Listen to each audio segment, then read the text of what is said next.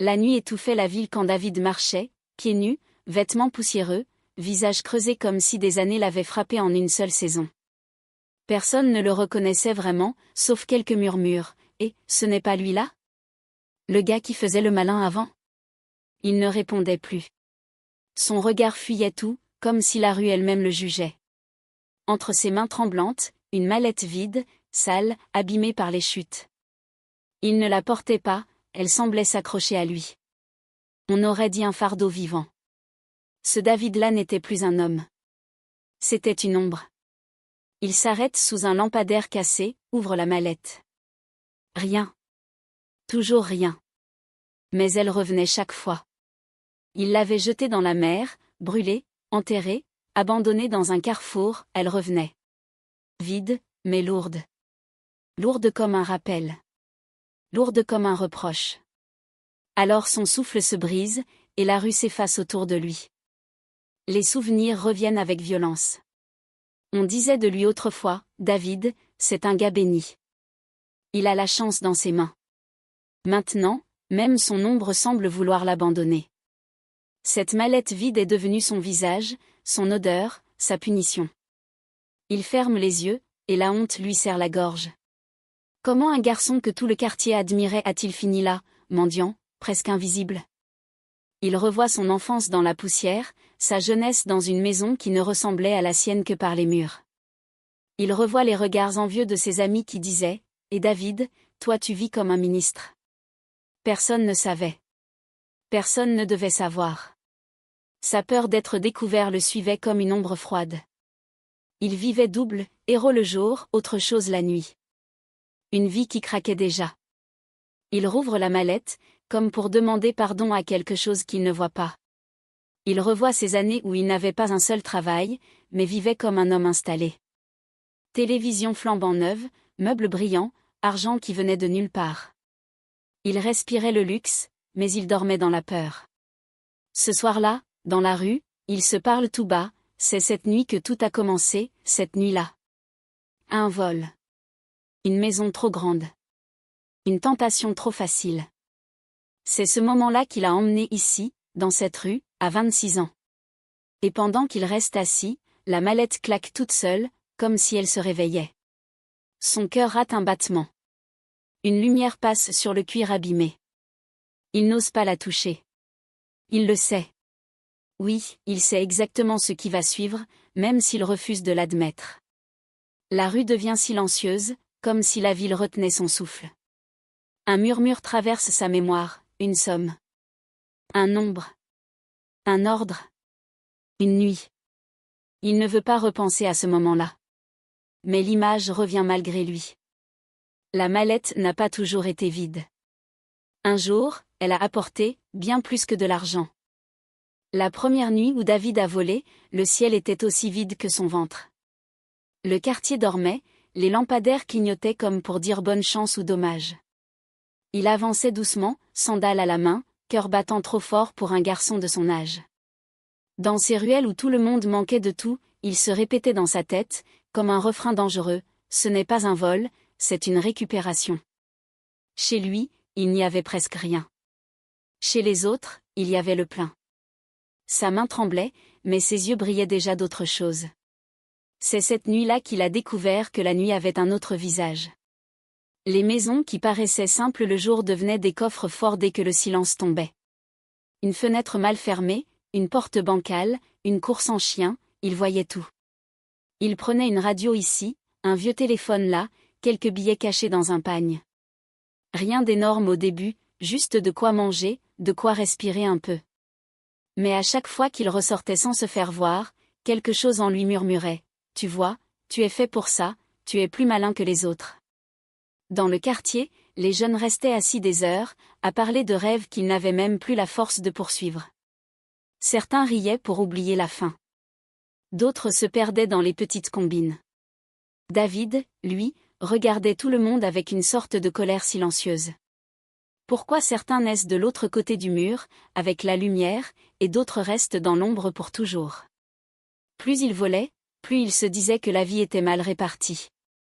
Quand quelqu'un se plaignait, il lâchait souvent une phrase qui choquait, ce monde n'appartient pas aux gentils, il appartient aux courageux. Avec les premiers gains, sa chambre a commencé à changer. Une petite télévision est apparue, puis un ventilateur, puis un matelas un peu plus épais. Les voisins demandaient, étonnés, « Mais David, toi tu as trouvé quel travail ?» Il souriait, très à l'aise, et répondait toujours la même chose, « Ma grande sœur m'aide, elle est aux États-Unis, elle ne me laisse pas souffrir. » Cette phrase devenait son bouclier, sa couverture. Plus les objets entraient chez lui, plus il se sentait puissant. Il marchait différemment, parlait différemment. Dans sa tête, il contrôlait le jeu, il contrôlait la nuit. Assis sur son lit, face à sa télévision qui éclairait la pièce, David se disait souvent à mi-voix, « Regarde un peu, tout ça, c'est sorti d'où, hein ?» Et il riait tout seul, un rire bas, presque dangereux. Les autres jeunes continuaient de se plaindre du manque de travail, lui levaient les épaules et lançaient, « Vous êtes trop sage, la vie n'aime pas les timides. » Dans son regard, il n'y avait plus la peur du début, seulement une assurance étrange. Une seule question flottait au fond de lui, qu'il refusait d'écouter vraiment, jusqu'où peut aller quelqu'un qui ne se fait jamais attraper? Vous avez dit. À 20 ans, David connaissait déjà la carte invisible de son quartier, pas celle dessinée sur le papier, mais celle des failles. Il savait quelle boutique ne fermait jamais bien, quel mur était trop bas, quelle fenêtre restait entr'ouverte à cause de la chaleur. La nuit, il devenait une ombre qui glissait d'une maison à une autre, d'un petit commerce à une salle de prière. Il ne volait plus seulement pour manger. Il volait parce qu'il savait qu'il pouvait le faire.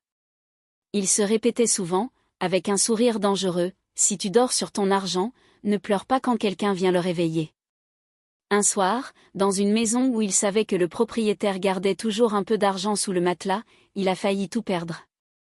Alors qu'il fouillait doucement, un trousseau de clés a commencé à bouger dans la serrure. Le propriétaire rentrait plus tôt que d'habitude.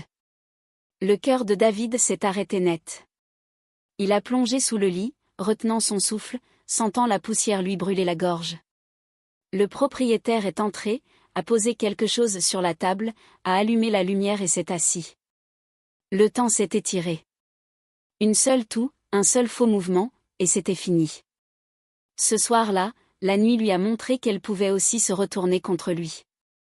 Quand il est ressorti de cette maison, bien plus tard, alors que le propriétaire ronflait profondément, ses jambes tremblaient. Mais au lieu de se dire « j'arrête », il a senti une chaleur étrange monter en lui. La peur s'est mélangée à un plaisir violent. Il répétait en marchant, « Tu as vu ça, tu es passé tout près, mais tu es trop fort. » Chaque frayeur devenait une preuve de plus qu'il était spécial. Il adorait ce mélange de danger et de victoire. Il le savait, ce qu'il faisait était mauvais, mais il se disait souvent, « Le monde là ne récompense pas les propres cœurs, il récompense les plus déterminés. » Le jour, David était un autre homme. Il aidait les mamans à porter leurs bassines, saluait les anciens avec respect, plaisantait avec les enfants, partageait parfois un peu de nourriture. On disait de lui, « Ce garçon-là, il a un bon cœur, s'il réussit dans la vie, ce sera normal. » On lui faisait confiance, on l'invitait, on lui confiait des secrets. La nuit, il enfilait un autre visage, sans changer de vêtements. Il entrait dans les lieux de culte pour voler les offrandes, murmurant pour se rassurer, « Même Dieu sait que je souffre. » Plus les vols augmentaient, plus sa chambre se remplissait, plus les gens l'aimaient sans savoir pourquoi tout brillait chez lui. Un soir pourtant, il a volé dans une petite maison où il savait que la femme vivait seule avec ses enfants. Il a pris la petite somme qu'elle gardait pour la rentrée scolaire. En sortant, il a entendu un des enfants tousser dans la nuit. Son cœur a fait un bond. Pendant quelques secondes, il s'est senti sale, vraiment sale.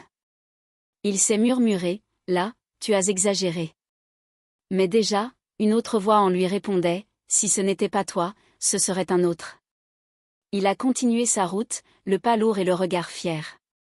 Sans le savoir, une fissure venait de s'ouvrir dans son propre cœur. Cette nuit-là, David se tenait devant la maison des parents de Kofi comme devant une porte interdite.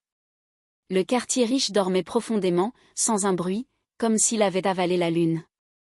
Il connaissait cette maison par cœur, chaque carrelage, chaque parfum, chaque sourire qu'on lui offrait lorsqu'il venait rendre visite avec son ami.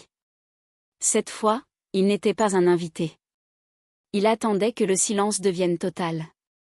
Sa respiration était si lente qu'on aurait cru qu'il essayait de disparaître. Quand il a glissé par la fenêtre, la maison entière lui a semblé retenir son souffle. Il savait que ce vol n'était pas comme les autres. Dans la chambre des parents, la pénombre dessinait des ombres immobiles. Le père dormait profondément, la mère aussi, et leur respiration régulière claquait comme des avertissements. David ouvrait les tiroirs avec des gestes doux, presque respectueux. Puis son regard est tombé sur une valise noire, lourde, posée au fond d'une armoire. Il l'a tirée doucement vers lui, l'a ouverte, et les billets empilés ont jailli comme une lumière. 2 millions. Son cœur a cogné contre sa poitrine comme s'il voulait sortir. Ce n'était plus un vol. C'était un saut. Un saut trop grand, trop risqué, mais terriblement attirant. Quand il est sorti de la maison, le souffle coupé, les billets serrés contre lui, il n'a pas couru. Il a marché lentement, comme quelqu'un qui vient de signer quelque chose sans comprendre ce qu'il a signé. Au fond de lui, une voix tremblait: tu as touché à des gens qui t'ont donné l'amitié, le respect, la confiance. Une autre voix, plus froide, répondait: et alors, la vie ne récompense pas les naïfs. Le lendemain matin, il se regardait dans le miroir et se disait qu'il méritait cet argent. Mais au fond de ses yeux, une ombre commençait déjà à naître. Quand il arrive chez les parents de Kofi le lendemain, invité pour vérifier ce qui se passe, il sourit comme si de rien n'était. La mère lui offre un siège, le père lui demande de se servir à boire. On lui explique calmement: on nous a volé cette nuit. David joue parfaitement son rôle.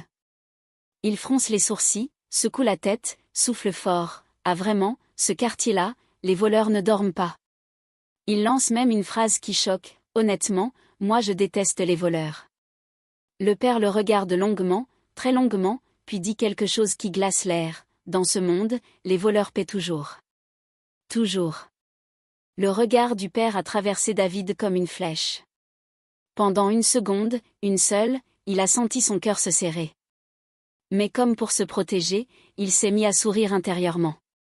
Une sorte de rire silencieux, nerveux, presque insolent.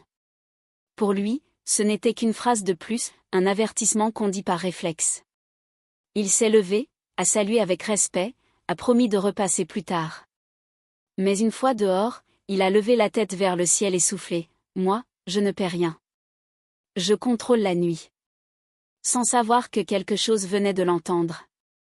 Avec les 2 millions volés chez les parents de Kofi, la vie de David a pris une autre couleur. Les nuits dans les boîtes sont devenues normales, pas exceptionnelles. Il payait les bouteilles, réglait l'addition sans regarder, lançait des phrases comme « aujourd'hui on ne calcule pas, on profite ».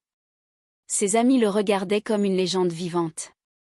Les filles se rapprochaient, les serveurs le respectaient. Il se tenait toujours au centre, chemise propre, parfum fort, sourire tranquille. Pour eux, il était le symbole d'une réussite sans diplôme, sans patron, sans bureau. Pour lui, c'était juste le début. Dans le quartier, on parlait de lui comme d'un exemple. Regarde David, il n'a jamais voyagé, il n'a jamais fait de grandes études, mais regarde comment il vit. Certains disaient qu'il faisait du business, d'autres qu'il avait une chance mystique. David n'expliquait jamais vraiment. Il souriait simplement et lâchait parfois: quand la grâce tombe sur toi, tu ne peux pas expliquer. Personne ne l'avait jamais vu se lever pour aller au travail, mais il avait toujours de nouveaux habits, de nouveaux téléphones. Aux yeux des jeunes, il avait cassé le système. Il était la preuve vivante que la vie pouvait changer, sans effort apparent. Plus les jours passaient, plus il se sentait intouchable. Il marchait comme quelqu'un qui a signé un accord secret avec la nuit. La phrase du père de Kofi lui revenait parfois en mémoire: les voleurs paient toujours. Il la balayait d'un rire intérieur. Il se disait: moi, je suis différent. Je suis trop calculé. Dans sa tête, il n'était plus simplement un voleur, il était un stratège, un spécialiste. Il se persuadait qu'il maîtrisait tout, qu'il choisissait les bons endroits, les bons moments, les bonnes maisons. L'idée même d'être puni lui semblait presque amusante, presque naïve. Un jour, en se rendant dans une autre ville pour retrouver des connaissances, il a remarqué une villa blanche, immense, posée comme un défi au milieu des autres maisons. Portail haut, murs propres, gardien à l'entrée, voiture luxueuse à l'intérieur. Il s'est arrêté net. Ses amis parlaient, plaisantaient, mais lui ne voyait plus qu'elle. Plus tard, il est revenu seul, s'est assis dans une petite terrasse en face, a commandé juste un jus pour ne pas attirer l'attention. Il a demandé, d'un ton léger, « La maison là-bas, c'est pour qui ça même ?»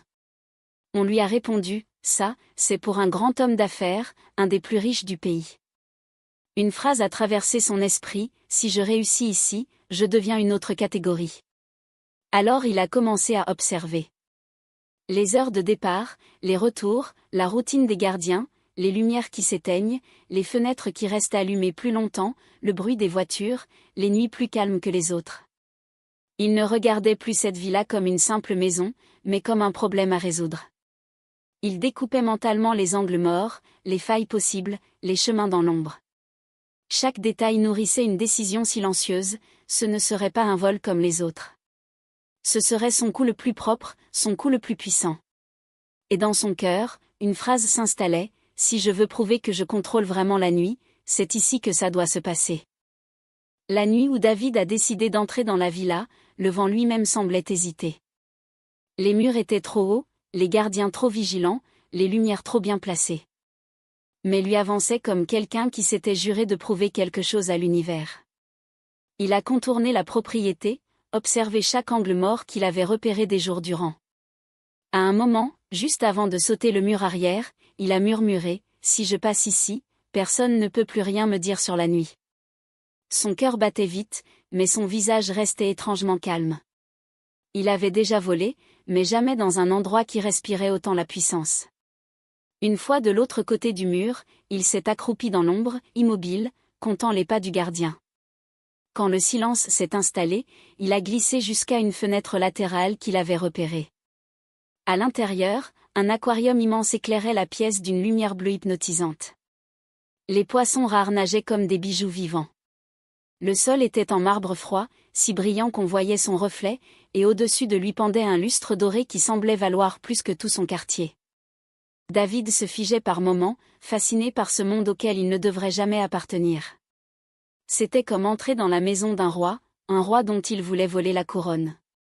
Il avançait très lentement, respirant par petites bouffées, essayant d'ignorer ce mélange de peur et d'excitation qui lui montait à la tête.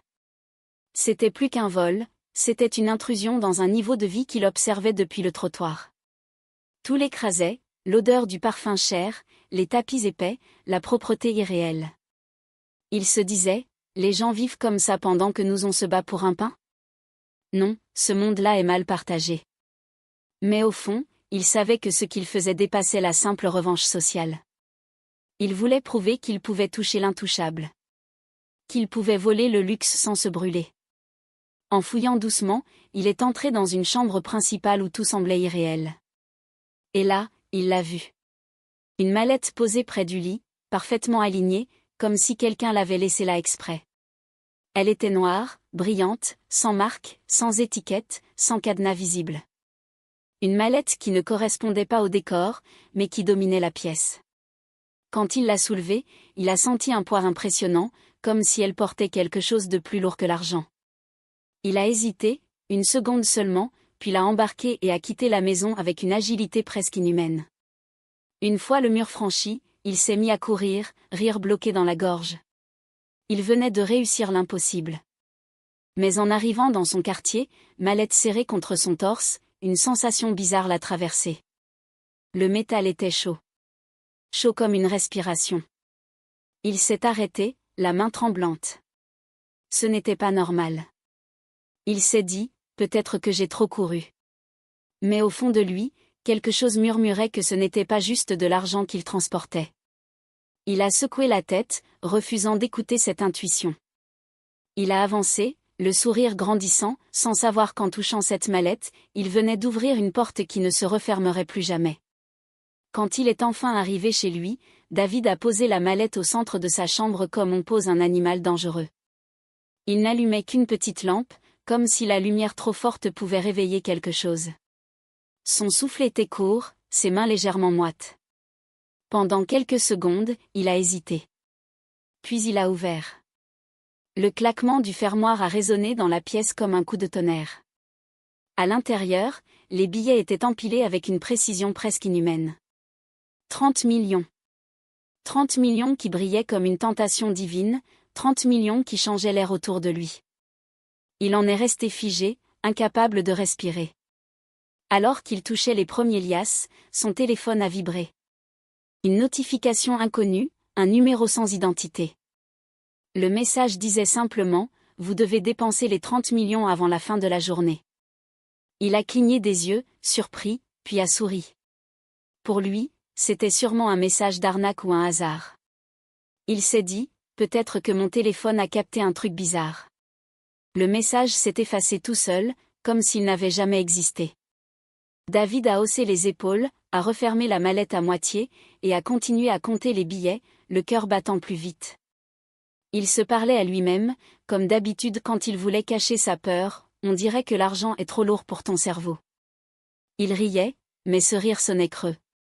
Il essayait de se convaincre que ce message n'avait aucun sens. Il imaginait un pirate informatique, un hasard, un bug. Son esprit cherchait toutes les explications possibles sauf la plus simple, quelqu'un savait exactement ce qu'il venait de voler. Il secouait la tête, répétant « On ne peut pas connaître ce que je prends. La nuit ne parle pas. » Pourtant, un frisson glacial lui montait dans la nuque. Puis, alors qu'il s'apprêtait à manger quelque chose, un deuxième message est arrivé. Cette fois, plus long, plus direct, vous avez dépensé seulement 200 000. Il est 18 heures. Si à 23 heures l'argent n'est pas terminé, un de vos proches mourra. David s'est levé d'un bond, le cœur prêt à éclater. Il a regardé autour de lui comme si quelqu'un l'observait. Il a relu le message encore et encore. Il a même déverrouillé son téléphone, l'a redémarré, a vérifié s'il n'avait pas téléchargé une application étrange. Rien. Rien du tout. Une goutte de sueur a glissé sur sa tempe. Il s'est assis par terre, incapable de comprendre. Le lendemain, alors qu'il essayait encore de se convaincre que tout ça n'était qu'une blague, il a reçu un appel. Une voix brisée, une voix qu'il connaissait trop bien. On lui annonçait que sa petite amie était morte. Pas accident, pas maladie, rien. Morte sans explication. Ses mains ont lâché le téléphone, son cœur a raté plusieurs battements. Pendant quelques secondes, il ne voyait plus rien. Seule la vibration de son téléphone restait dans ses oreilles. Puis un nouveau message est apparu sur l'écran brisé, une victime déjà. Aujourd'hui encore, si tu ne finis pas l'argent, une deuxième personne partira. Quand la nouvelle est tombée, c'est comme si quelqu'un avait tiré une chaise sous le cœur de David. Sa petite amie, morte. Ce mot-là lui déchirait la gorge. Il répétait non, non, non, en secouant la tête comme un enfant qu'on force à avaler une vérité amère. Il est resté longtemps assis par terre, le dos contre le mur, ses mains couvrant son visage. Les larmes qu'il retenait depuis des années ont coulé toutes seules, violentes, incontrôlables. Il murmurait son prénom encore et encore, comme s'il espérait qu'elle allait répondre. Mais le silence derrière chaque syllabe le brisait un peu plus. Puis un frisson lui a traversé la colonne comme une lame. Il a revu le message. Il a revu les mots. Il a revu l'ordre, si tu ne finis pas l'argent, quelqu'un va mourir. Sa respiration s'est arrêtée. Il a voulu nier, il a voulu refuser, mais le réel s'était imposé sans demander sa permission. Il s'est relevé, la mallette encore ouverte sur le sol, et il a senti un vertige. L'argent devant lui n'était plus une bénédiction. C'était une condamnation. Il a murmuré, ce n'est pas possible, ça n'a pas de sens. Mais au fond de lui, il savait. Il savait que la mort de sa petite amie était directement liée à cette mallette qu'il avait osé toucher. Son esprit tremblait. Une peur animale, une peur qu'il n'avait jamais connue, lui a mordu le ventre. Si quelqu'un devait encore mourir? Si le message revenait? Il a senti ses mains devenir froides comme si son sang avait décidé de fuir son corps.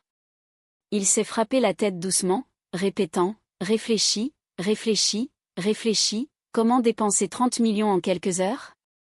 Comment arrêter une force qu'il ne comprenait pas? » Il avait volé des objets, des maisons, des économies, mais jamais il n'avait volé quelque chose qui tuait derrière lui. La honte, la culpabilité, l'effroi, tout se mélangeait dans sa poitrine. Alors il s'est levé d'un bond, a attrapé la mallette et s'est mis à courir dans les rues comme un homme poursuivi par des ombres. Il a loué une maison meublée dans un quartier de standing, payé 3 mois d'avance, dépensé sans réfléchir. Ensuite il a acheté des habits de luxe, des chaussures, tout ce qu'il pouvait trouver à portée de main. Il était partout à la fois, parlant vite, respirant mal, jetant l'argent comme de la poussière. Les vendeurs le regardaient avec surprise, certains avec admiration, d'autres avec suspicion. Lui ne voyait plus rien. Chaque seconde comptait. Chaque billet dépensé était peut-être une vie sauvée. Quand la nuit est tombée, alors qu'il n'avait plus un seul billet de la mallette, son téléphone a vibré. Il a hésité avant de regarder, le cœur battant comme un tambour brisé. Le message disait simplement « Félicitations, vous avez réussi ». Pas de menace. Pas d'ordre. Juste ces mots froids. Il est resté là, debout, au milieu des sacs de vêtements qu'il ne désirait même pas. Son souffle s'est cassé en morceaux. Il avait évité une autre mort, mais pour combien de temps? Et surtout, qu'allait exiger la mallette demain? Dès le lendemain, la mallette était revenue. Posée devant sa porte comme un colis livré par une main invisible. 30 millions, encore. 30 millions, toujours. David n'a même pas crié. Il a juste senti son ventre se serrer, comme si quelque chose tirait les ficelles à l'intérieur de lui.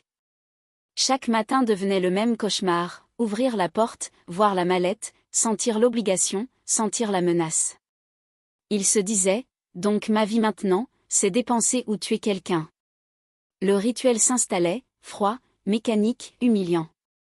Il vivait comme un homme riche, mais il pensait comme un prisonnier. Il louait des voitures de luxe sans réfléchir, signait des contrats de location sans même lire, choisissait les modèles les plus chers juste pour aller plus vite. Il parcourait les quartiers huppés dans des voitures qu'il ne pouvait même pas apprécier. Il remplissait ses armoires d'habits de grande marque, achetait des montres qui coûtaient des fortunes, se baladait dans des restaurants où le prix d'un plat pouvait nourrir une famille pendant un mois. Il entrait, commandait, payait, ressortait. Les gens le regardaient comme un seigneur, un jeune millionnaire mystérieux. Mais lui, chaque fois qu'il souriait, son cœur tremblait. Il vivait dans une maison de standing, avec des murs propres, des meubles en bois massif, des tapis épais, mais il ne dormait plus. La nuit, il restait assis au bord de son lit, les yeux ouverts, guettant son téléphone, redoutant le prochain message. Il se disait, la vie parfaite là, c'est seulement de l'emballage. Dedans je suis pourri. Il ne mangeait presque pas, ne riait plus vraiment. Il dépensait 30 millions par jour, mais perdait une partie de lui-même à chaque billet. Le cycle ne s'arrêtait jamais. Théoriquement il avait tout. Intérieurement, il n'avait plus rien. Un jour, épuisé, il s'est retrouvé avec un ami d'enfance venu lui rendre visite. Un ami simple, fidèle, qui n'avait jamais rien demandé à personne. Cet ami lui a confié qu'il traversait une période difficile, qu'il avait besoin d'un petit coup de main.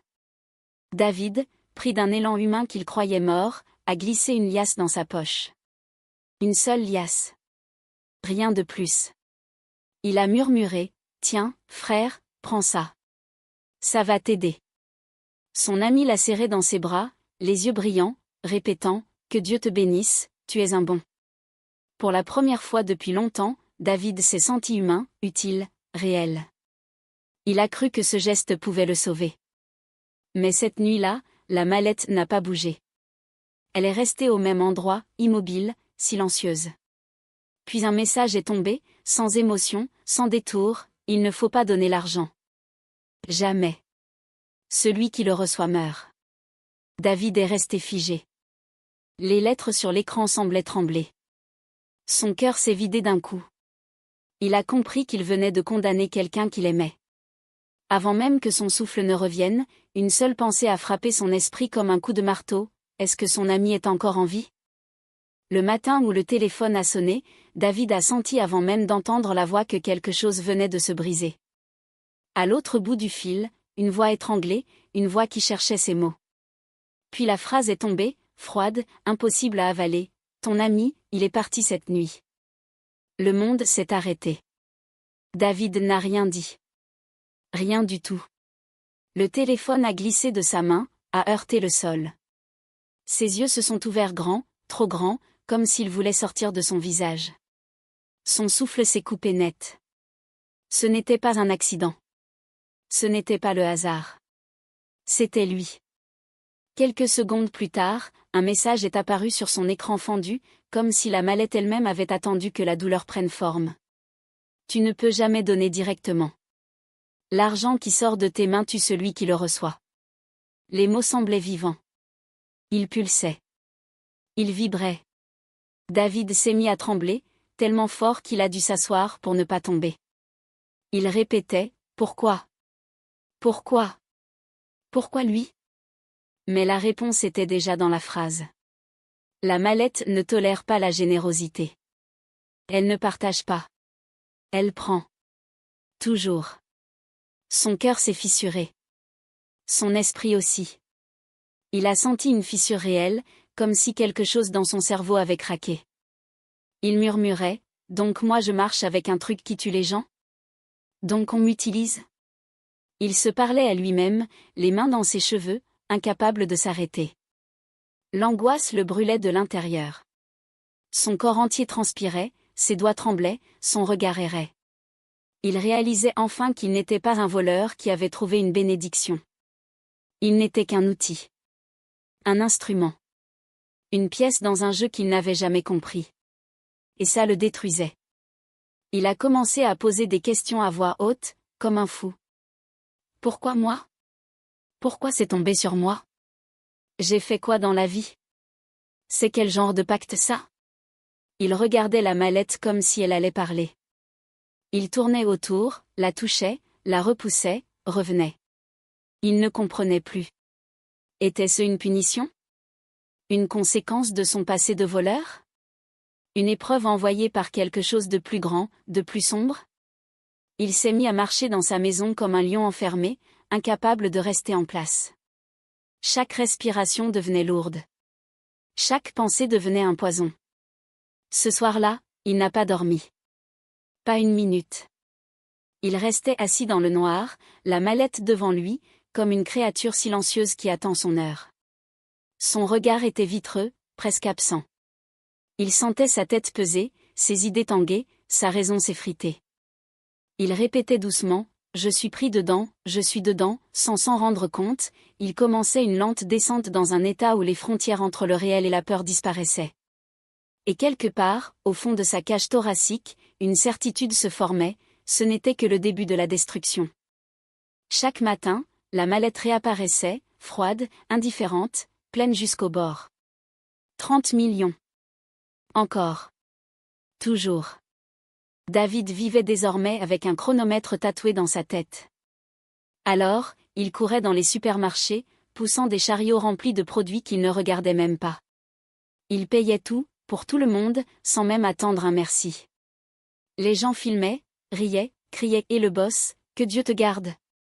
Lui ne répondait pas. Il ouvrait juste son portefeuille comme un automate. Dans ses allées, il ressemblait à un sauveur. Mais ses yeux disaient autre chose, il fuyait une mort, pas une pauvreté. Rapidement, tout le pays s'est mis à parler de lui. On discutait de « ce jeune mystère qui paye pour tout le monde, le gars qui dépense comme un ministre, le garçon béni qui arrose les inconnus ». Des vidéos circulaient. Des journalistes voulaient le rencontrer. Les réseaux sociaux inventaient des théories, héritage secret, gain miraculeux, bénédiction reçue dans une église, business caché. Certains disaient même qu'il avait percé dans un domaine discret. David devenait un phénomène, un symbole, un mythe vivant. Il marchait avec arrogance le jour, saluant les gens comme un roi fatigué. Et tout le monde l'applaudissait. Plus les gens le glorifiaient, plus il commençait à aimer la vie luxueuse qu'il détestait au début. Il y prenait goût. Il se surprenait à se regarder dans les vitres des voitures de location, peau brillante, parfum fort, bijoux scintillants. Il se disait, peut-être que je mérite ce confort. Les fauteuils moelleux, les restaurants 5 étoiles, les hôtels où la chambre coûtait l'équivalent d'un an de salaire. Tout cela devenait une routine, presque un refuge. Il vivait dans une illusion en soie et en marbre, pendant que son âme, elle, se traînait dans la poussière. Pour éviter les questions, il a inventé une histoire parfaite, il se disait trader. Un mot qui ne veut tout dire et rien dire. Un mot qui fait riche, intelligent, inaccessible. Dès qu'on lui demandait « Tu fais quoi exactement dans la vie ?», il répondait en regardant ailleurs « Je fais le trading ». Les gens hochaient la tête, impressionnés. Personne n'osait demander plus. Ça suffisait. Le mensonge se transformait en armure. Il avait l'air crédible, il avait l'air occupé, il avait l'air brillant. Et les gens l'aimaient encore plus. Mais chaque nuit, la vérité revenait comme une ombre qui s'assoit à côté de lui. Il ne dormait plus. Pas une vraie nuit. À peine des fragments. Il se réveillait en sursaut, couvert de sueur, cherchant la mallette du regard comme un animal cherchant un prédateur. Son cœur cognait, sa tête bourdonnait, son souffle saccadé. Les louanges de la journée disparaissaient dès que le soleil se couchait. Et dans le noir, il se répétait une phrase qui le dévorait. Si la mallette décide d'arrêter, qu'est-ce qu'il va rester de moi ? Ce matin-là, la mallette ne s'est pas contentée d'apparaître. Elle a vibré. Une vibration sourde, comme un cœur qui bat pour rappeler qu'on lui appartient. David a reculé instinctivement. Quand il a ouvert, le message est venu tout seul, sans notification sonore, sans lumière. Aujourd'hui, tu vas donner 1 million à 30 personnes. 30 exact. Son estomac s'est retourné. 30. Ce chiffre-là n'avait jamais été innocent dans sa vie. Il a senti une sueur froide lui glisser dans le dos. 30 personnes. 30 vies. 30 risques. La mallette venait de changer les règles. Il s'est assis, le téléphone dans une main, la mallette dans l'autre. 30 personnes. Mais David ne connaissait même pas 30 personnes proches. Il avait des amis de fête, des connaissances, des visages croisés dans les rues, mais pas 30 personnes qui comptaient. Pas 30 personnes qu'il pouvait appeler à n'importe quelle heure. Et pourtant, l'ordre était clair. Implacable. Il a soufflé, ils veulent que je devienne quoi encore ? Un distributeur officiel ? Mais il savait que ce n'était pas une question. C'était une obligation. Une menace déguisée en instruction. Alors il a commencé à tourner en rond comme un lion enfermé. Il répétait, 30 personnes, je ne connais même pas 30 personnes, son cœur cognait si fort qu'il avait l'impression de l'entendre dans ses oreilles. Il sentait son cerveau s'échauffer, comme si la pression voulait le fissurer de l'intérieur. Et plus il pensait, plus la peur grandissait. S'il échouait ? S'il dépassait l'heure ? Qui allait mourir cette fois ? Quel nom allait tomber ? Il revoyait les visages de sa petite amie, de son ami d'enfance, et une panique profonde s'est installée dans sa poitrine. Il s'est lancé dans les rues avec la détermination désespérée d'un homme qui court contre la mort. Il a commencé par distribuer l'argent aux tantes, aux oncles, même à ceux qu'il ne voyait presque jamais. Il en donnait 1 million, encore 1 million, encore 1 million. Quand il n'a plus trouvé de famille, il est parti dans les bars, puis dans les boîtes de nuit. Là, il enfermait des inconnus dans des étreintes forcées en disant « Tiens frère, prends ça. Le destin va s'ouvrir pour toi. » Les gens criaient, dansaient, bénissaient son nom. Aucun ne savait que derrière son sourire, la panique le dévorait. Quand la 30e personne a pris son argent, David s'est presque effondré. Il avait réussi. Il avait rempli l'ordre. Mais quand il est sorti de la boîte, la sueur collée à son front, il a senti un malaise inexplicable. Un vertige. Une lourdeur dans l'air.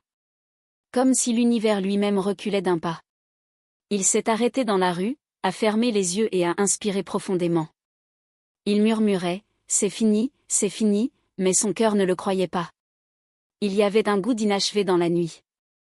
Un froid étrange. Comme si l'ordre cachait une seconde couche. Une autre vérité. Une conséquence qu'il n'avait pas encore vue. Quelque chose n'allait pas. 2 semaines plus tard, le téléphone de David n'arrêtait plus de sonner. Au début, il croyait à une coïncidence. Un décès, puis un autre. Mais très vite, les messages sont devenus trop nombreux, trop rapprochés, trop semblables. Il est mort cette nuit. Elle est partie dans son sommeil. On ne comprend pas ce qui s'est passé. 30 appels. 30 vies. 30 personnes qu'il avait touchées de sa main ce jour-là. Son cœur s'est effondré comme un bâtiment mal construit. Il a senti ses jambes trembler. Le monde tournait autour de lui comme un tambour fou. Une phrase s'est écrasée dans sa tête, c'est toi qui les as tués. Il a cherché le numéro. Celui des messages. Celui des ordres. Celui qui décidait de ses jours et volait ses nuits. Il a essayé d'appeler.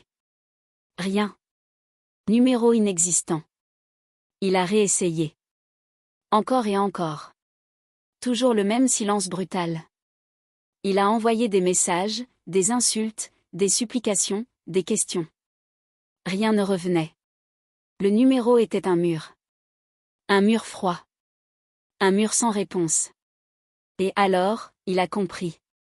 L'ordre des 30 millions n'était pas un jeu. Le jour où il avait distribué l'argent, il avait signé un acte qu'il ne pouvait plus annuler. La mallette n'était pas un outil. C'était une sentence. Il s'est mis à marcher dans son salon comme quelqu'un qui cherche une issue dans une pièce sans porte. Il se tirait les cheveux, respirait trop vite, parlait seul. Pourquoi j'ai accepté ça? Pourquoi j'ai volé cette maison? Pourquoi j'ai touché cette mallette? Seigneur, pourquoi moi? Son esprit s'effritait, morceau après morceau. Il sentait un vide dans sa poitrine, un vide tellement lourd qu'il lui écrasait les côtes. Il se sentait sale, monstrueux, maudit. Chaque nom, chaque visage des 30 personnes dansait dans sa mémoire comme une punition vivante. Il se disait, je n'ai plus d'âme, je n'ai plus rien. Puis la rage a remplacé la peur. Une rage brûlante, dangereuse. Il a frappé les murs, les meubles, renversé des chaises, cassé des verres. Il a hurlé jusqu'à en perdre la voix. Il voulait frapper quelqu'un, quelque chose, l'invisible qui dirigeait sa vie. Il voulait comprendre, il voulait détruire, il voulait fuir. Il a ouvert la mallette et l'a jetée contre le mur comme si elle était vivante. Les billets se sont éparpillés, froids, indifférents. Alors une idée sombre s'est glissée dans son crâne, je dois m'en débarrasser.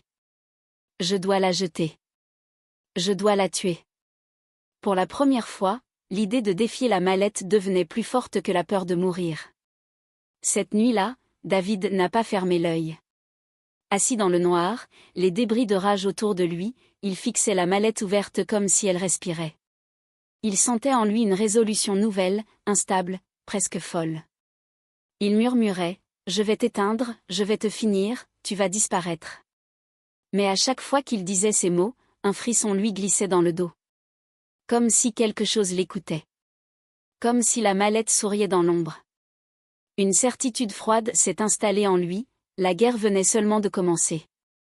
La première fois qu'il a voulu se débarrasser de la mallette, David est allé jusqu'à la mer. Il l'a tenue à deux mains, l'a balancée avec une colère désespérée, et l'a jetée si fort qu'elle a disparu dans l'obscurité des vagues. En la regardant couler, il a murmuré, « Que l'eau t'avale, que tu me laisses respirer. » Il est rentré chez lui avec une sensation de victoire fragile, presque enfantine. Mais quand il a ouvert sa porte et qu'il l'a vue, posée sur le sol, sèche comme si elle n'avait jamais touché la mer, son corps entier s'est glacé. La mallette était revenue. Elle savait revenir. Alors il a tenté la rue. Il l'a déposée dans un carrefour fréquenté, en plein milieu, comme un fardeau abandonné. Il a regardé de loin, caché derrière un kiosque. Des passants se sont approchés, ont observé, se sont méfiés, puis sont partis. Aucun n'a osé la toucher. Au bout de quelques minutes, une lumière étrange a semblé traverser le cuir. David a couru, le cœur serré, espérant qu'elle serait encore là où il l'avait laissée, et pourtant, quand il est entré chez lui, elle était là. Au milieu du salon. Fermée. Immaculée. Comme une réponse arrogante. La troisième tentative l'a presque brisée. Il a porté la mallette jusque dans une forêt reculée, loin des regards, loin des routes. Il l'a enterrée sous une pierre lourde, dans un trou qu'il a creusé avec ses mains. La terre lui collait aux doigts, son souffle devenait rauque, mais il continuait, encore et encore. Quand il a fini, il s'est effondré, exténué, les mains tremblantes. Cette fois, il se disait que c'était la bonne. Qu'aucune mallette, même maudite, ne pouvait sortir seule d'une tombe. Mais à son retour, elle était là. Sur son lit. Comme si elle se reposait. Comme si elle l'attendait. Dès lors, David a commencé à sentir des yeux invisibles posés sur lui. Dans la rue, dans les bus, dans les miroirs, il avait l'impression d'être suivi par une présence sans visage. Une force silencieuse et patiente. Il a essayé de l'ignorer. Il a tenté de vivre une journée normale, de ne pas ouvrir la mallette, de ne pas regarder son téléphone. Mais la pression sur sa poitrine était trop forte. Il ne pouvait plus respirer normalement. Chaque minute devenait un poids. Alors, épuisé, il a accepté une vérité qu'il ne voulait pas regarder, seule l'origine pouvait peut-être briser ce cycle. Là où tout avait commencé. Dans la villa. Un soir, sans réfléchir davantage, il s'est levé, a attrapé la mallette et a quitté sa maison d'un pas rapide, presque mécanique. Il ne savait pas ce qu'il attendait là-bas, il ne savait même pas si on allait le laisser entrer, mais il n'avait plus d'autre choix. Son esprit était au bord de la rupture, son cœur battait trop vite. Il murmurait, « Je te ramène là où je t'ai trouvé. Après, tu me libères. » Mais une part de lui, une part qu'il n'osait pas écouter, savait déjà la vérité, il n'y a pas de retour facile pour quelqu'un qui a touché ce genre d'objet. Quand David est arrivé devant la villa, il tenait la mallette comme on porte un bébé malade, avec une peur qui brûle les doigts. Les gardes l'ont observé, méfiants, prêts à le renvoyer. Mais quand il a dit qu'il voulait voir le maître des lieux, quelque chose dans sa voix a fait hésiter l'un d'eux. Peut-être la fatigue, peut-être la folie, peut-être le désespoir. On l'a laissé entrer. La grande porte s'est refermée derrière lui comme une bouche qui avale un corps. David avançait dans ce luxe écrasant, les mains moites, le souffle court, répétant en lui-même, « C'est aujourd'hui. Je veux juste finir. » L'homme d'affaires est apparu dans le salon principal, assis avec une tranquillité qui sentait la puissance et le secret. Sa chemise immaculée contrastait avec le chaos intérieur de David. Il a souri, un sourire poli, presque amusé. « Alors, c'est toi qui viens pour la mallette. » David a posé l'objet devant lui comme une bombe prête à exploser. Ses mots ont tremblé, « Je veux la rendre. Je n'en peux plus. Elle tue, elle détruit, je veux sortir. » L'homme l'a regardé longuement, puis a murmuré comme si c'était une banalité, « Tu es peut-être la 200e personne à revenir ici avec la même demande. » David a senti son sang devenir froid. 200e ? Ce chiffre a frappé son esprit comme un coup de marteau. Il s'est senti minuscule, insignifiant, naïf. Comme un pion dans une histoire écrite bien avant lui. Sa gorge a séché. Il balbutiait, « Comment ça 200e ? Vous saviez ? Vous saviez ce que ça fait ? Vous saviez ce que moi j'ai vécu ? » L'homme s'est penché légèrement, les coudes sur les genoux, et a répondu avec une douceur terrifiante, « Bien sûr. Cette mallette existe pour ça. Pour prendre. Pour purifier. Pour sélectionner. Ce n'est pas nous qui payons. Ce sont les porteurs, comme toi. » Les mots glissaient dans la tête de David comme du poison lent. David a senti sa colère monter, une colère chaude, brûlante, presque impossible à contenir.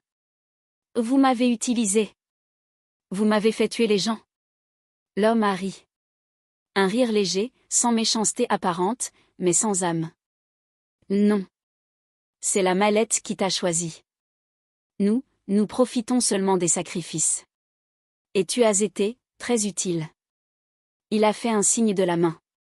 Deux gardes se sont approchés, solides, silencieux. « C'est bon maintenant. Tu peux partir. » Ils l'ont escorté jusqu'à la porte comme on raccompagne un invité qui a trop parlé. Il n'y a pas eu d'insultes, pas de menaces, pas de violence. Juste un renvoi propre. Comme si David n'était qu'un dossier clos. Quand il a franchi le portail, son téléphone a vibré une dernière fois. Un message est apparu, simple, froid, sans émotion, « Ton contrat est terminé. Tout ce que tu as reçu sera repris. » David s'est arrêté au milieu de la route, incapable d'avancer. La phrase tournait dans sa tête comme une malédiction déjà en marche. La mallette dans sa main semblait plus lourde qu'avant, presque vivante. Il a levé les yeux vers la nuit, le souffle bloqué. Une seule certitude s'est alors imposée à lui, glaciale, implacable, ce n'était pas une libération. C'était le début d'une autre forme de chute. Le lendemain du message final, David s'est réveillé dans un silence étrange. Un silence vide. Un silence trop propre. Il s'est levé, encore englué dans la fatigue des nuits sans sommeil, et a failli tomber. Sa maison n'était plus sa maison. Les murs résonnaient comme dans un endroit abandonné. Il a fait 3 pas et son souffle s'est coupé. Tout avait disparu. Tout. Les meubles, les habits, les télévisions, les parfums, les chaussures, les montres, les rideaux, même les tapis. On aurait dit qu'une main invisible avait avalé jusqu'à l'odeur du luxe. Une inversion totale. Un souffle arraché. Comme si la maison avait été retournée par un vent noir. Il est resté immobile, incapable de bouger, incapable même de cligner des yeux. Comment quelque chose pouvait disparaître sans laisser une trace, sans bruit, sans témoin? Il est sorti en courant pour appeler ses amis, les mêmes qui mangeaient avec lui, riaient avec lui, profitaient de lui. Il les a appelés un par un. Aucun n'a répondu. Il a envoyé des messages. Personne n'a vu. Personne n'a lu. Personne ne voulait le voir. Dans le quartier, les regards qu'on lui lançait n'avaient plus rien d'admiratif. Ils étaient lourds. Méfiants. Moqueurs. Il a senti un mur invisible se dresser entre lui et le monde. Son cœur s'est affaissé. Il a compris d'un coup qu'il n'était jamais vraiment aimé. On aimait ce qu'il distribuait. Ce qu'il affichait. Ce qu'il montrait. Pas lui. Pas David. La pauvreté l'a frappé comme une gifle brutale. Il ne possédait plus rien. Ni objet, ni ami, ni refuge. Même la force intérieure qui le faisait marcher la tête haute semblait avoir disparu. Une phrase a surgi dans son esprit, tranchante comme un couteau, les voleurs paient toujours. La voix du père de Kofi résonnait comme une prophétie accomplie. À cet instant, il a senti une lourdeur dans sa poitrine, un mélange d'humiliation et de vérité. Il a erré dans les rues tout l'après-midi, cherchant quelqu'un, n'importe qui, un visage familier, un souffle humain. Mais les gens qui l'avaient enrichi autrefois traversaient la route pour l'éviter. Ceux qui l'appelaient boss quelques semaines plus tôt baissaient les yeux. Même les petits du quartier n'osaient plus l'approcher. Son allure avait changé. Ses épaules s'étaient affaissées. Son regard flottait. Et plus il marchait, plus il sentait une réalité cruelle lui mordre l'esprit, il n'était plus le David que le quartier admirait. Il redevenait le garçon pauvre qu'il avait fui, sauf qu'il avait perdu bien plus qu'avant. Quand il est rentré dans sa maison vide, il a fermé la porte doucement, comme si quelque chose pouvait encore s'effondrer. Il s'est assis sur le sol froid, son dos contre le mur nu, et a laissé son regard errer sur l'espace déserté. Cette pièce, autrefois saturée de luxe, semblait maintenant bâillée comme une bouche affamée. Il a murmuré, donc c'était ça, tout ce que je prenais, c'était prêté. Une douleur profonde lui a traversé la gorge. Il ne pleurait pas encore, mais toute sa poitrine tremblait. Il savait que la chute n'était pas finie. Il savait que ce n'était qu'un début. Une question restait suspendue dans l'air, jusqu'où la vie allait-elle lui reprendre ce qu'il n'aurait jamais dû toucher? Depuis des mois, David vit comme un souffle perdu dans la ville. Il marche sans destination, sans force, sans voix. Chaque matin commence de la même manière, il ouvre les yeux sur un sol dur, une ruelle froide, un banc trop étroit. Son corps s'est habitué à l'inconfort, mais son esprit, lui, n'a jamais accepté. Il avance lentement, les épaules affaissées, la tête trop lourde. On pourrait croire qu'il cherche quelque chose, mais non. David ne cherche rien. Il endure. Chaque pas qu'il pose dans la poussière ressemble à un aveu silencieux, il n'est plus personne. Partout où il passe, les regards se posent sur lui avec une dureté qui lui brûle la peau. Les gens le reconnaissent. Il murmure. Il chuchote. Regarde, c'est lui, le garçon qui jouait aux riches. C'est lui qui fanfaronnait. C'est lui qui disait qu'il contrôlait la vie. Mais personne ne s'approche. Personne ne partage un morceau de pain. Personne ne lui demande s'il va bien. On le montre du doigt comme un exemple à ne pas suivre, comme si sa présence seule était un rappel des illusions dangereuses. David a appris à détourner le regard. À avaler la honte. À accepter ce rejet comme un prix final. La nuit, quand la ville se calme, ses regrets se réveillent. Il ferme les yeux mais ne voit que des visages. Sa petite amie. Son amie d'enfance. Ses tantes. Ses oncles. Les inconnus de la boîte de nuit. Les 30 noms qu'il n'a jamais su retenir mais dont les ombres le poursuivent. Il les voit, un par un, comme si la nuit projetait leurs silhouettes sur les murs qu'il longe. Il se dit parfois, j'ai tué des gens avec mes mains sans les toucher. Il se parle, à voix basse, tremblante, si j'avais laissé cette mallette, si j'avais écouté, si j'avais refusé, mais il sait que ces phrases n'effacent rien. Elles creusent seulement plus profond. Il marche encore, sans but, traînant ses sandales. Il a parfois l'impression d'entendre la mallette derrière lui, même si elle n'est plus là. Comme si son souvenir avait une forme, un poids, une respiration. La vérité le frappe chaque jour un peu plus, cette mallette n'a jamais été une bénédiction. C'était une chaîne brillante. Un piège emballé dans le luxe. Une porte vers une richesse qui exigeait des vies. Il se rappelle comment il riait quand on lui disait que les voleurs paient toujours. Maintenant il murmure la phrase comme une prière douloureuse, c'était vrai, c'était vrai. Un matin, alors que le soleil se levait en étirant la poussière sur la route, David a continué de marcher. Lentement. Sans se presser. Personne ne l'attendait. Personne ne l'appelait. Ses pas soulevaient un nuage léger, comme si la terre elle-même effaçait ses traces derrière lui. Il marchait, silhouette brisée, mais les yeux ouverts cette fois. Pas fier, pas heureux, juste lucide. Il ressemblait à un homme qui avait enfin compris le prix réel des raccourcis, le coût véritable des désirs démesurés. Et pendant qu'il avançait, seul sur la route vide, une pensée froide lui traversait l'esprit, certaines richesses sont faites pour détruire ceux qui les touchent. Il marche encore, exactement comme au début.